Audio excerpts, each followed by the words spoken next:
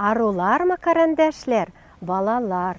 Сегодня я хочу вам рассказать про Петров день, который отмечается 12 июля. В древности этот праздник посвящался Солнцу. Существовало такое поверье, что рано утром в этот день Солнце играет. На рассвете Солнце распускает свои разноцветные лучи. Это хотелось увидеть каждому, но не всем это удавалось. Рано утром девушки ходили в поле, собирали букет с цветов, с 12 цветов, и нужно было собрать с разных полей.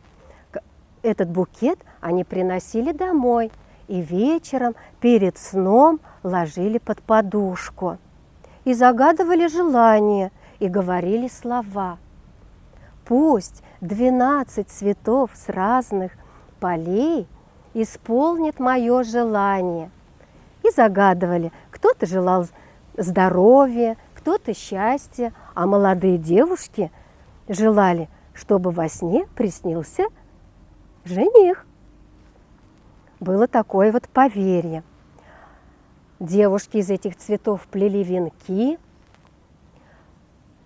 вечером наряжались, надевали этот венок и ходили на гулянье с песнями, с танцами, с хороводами, с играми.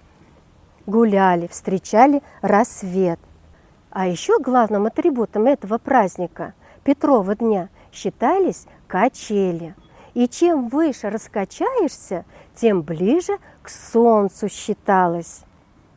Вот такой замечательный праздник праздновали 12 июля.